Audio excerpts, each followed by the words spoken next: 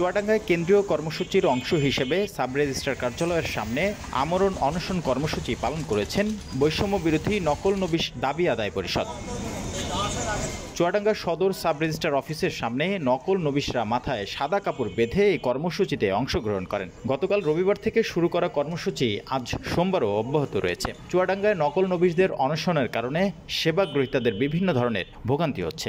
নকল না পাওয়ায় তারা জমির দলিল ও অন্যান্য কাগজপত্রের কপি সংগ্রহ করতে পারছেন না, ফলে মালিকানা সংক্রান্ত জটিলতা সৃষ্টি হচ্ছে। করতে পারছে না, তো খারিজ করে মেয়ের বিয়ে দেবে সে করতে পারছে না, কেউ ধার দিন আছে দিতে পারছে না, অনেক অসুবিধার মধ্যে পড়ছে। নকলের জন্য জমি বিক্রি করতে পারছে না, খারিজ করতে পারছে না, বিভিন্ন ঝামেলার জন্য আমরা নকল পাচ্ছি না। আন্দোলনকারীরা জানান, নকল নবিশরা সরকারি কোনো বেতন ভাতা পান না। সমাজের মানুষ জানে তারা সরকারি চাকরি করেন, কিন্তু বাস্তবে নকল নবিশরা জমি দলিলের 1 পৃষ্ঠা বালাম লিখলে মাত্র 24 টাকা মজুরি পায়। প্রকৃতপক্ষে 1 পৃষ্ঠা বালাম লেখার জন্য জনগণের কাছ থেকে সরকার রাজস্ব নেয় 40 টাকা। সেখান থেকে নকল নবিশদের দেয়া হচ্ছে 24 টাকা, বাকি 16 টাকা রাজস্ব খাতে জমা হচ্ছে। আমরা দীর্ঘদিন আন্দোলন করে আসছি, আমাদের আন্দোলনের কোনো ফলাফল আজ পর্যন্ত আমরা পাইনি।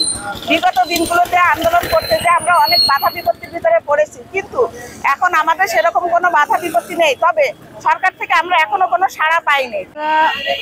বালাম লিখে পাই 24 টাকা।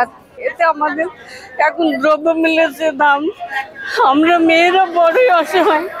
এরকম করে মেয়েদের জীবন কাটে না, যে সামান্য 7 থেকে 6,500 কি 7,000 টাকা পায়, এইটাকে আমাদের চলে না। ছেলে মেয়ে আমরা সংসার জীবনে খুব কষ্টে আছি। তাই বিনীত অনুরোধ করে সরকারকে বলছি, আপনি আমাদেরকে জাতীয়করণ করে নেন। নকল নবিশদের টাকা দিয়েই তাদের চাকরি জাতীয়করণ করা সম্ভব। নকল নবিশদের দীর্ঘদিনের দাবি চাকরি জাতীয়করণ করা হোক, কিন্তু সরকারের সংশ্লিষ্ট মহলে বিষয়টি নিয়ে কথা বলার অভাবে আমরা আজও অন্ধকারেই রয়ে গেছি। কর্মসূচি আমাদের একটাই দাবি, এক দফায় এক দাবি, আমাদের চাকরি স্থিরকরণ করতে হবে।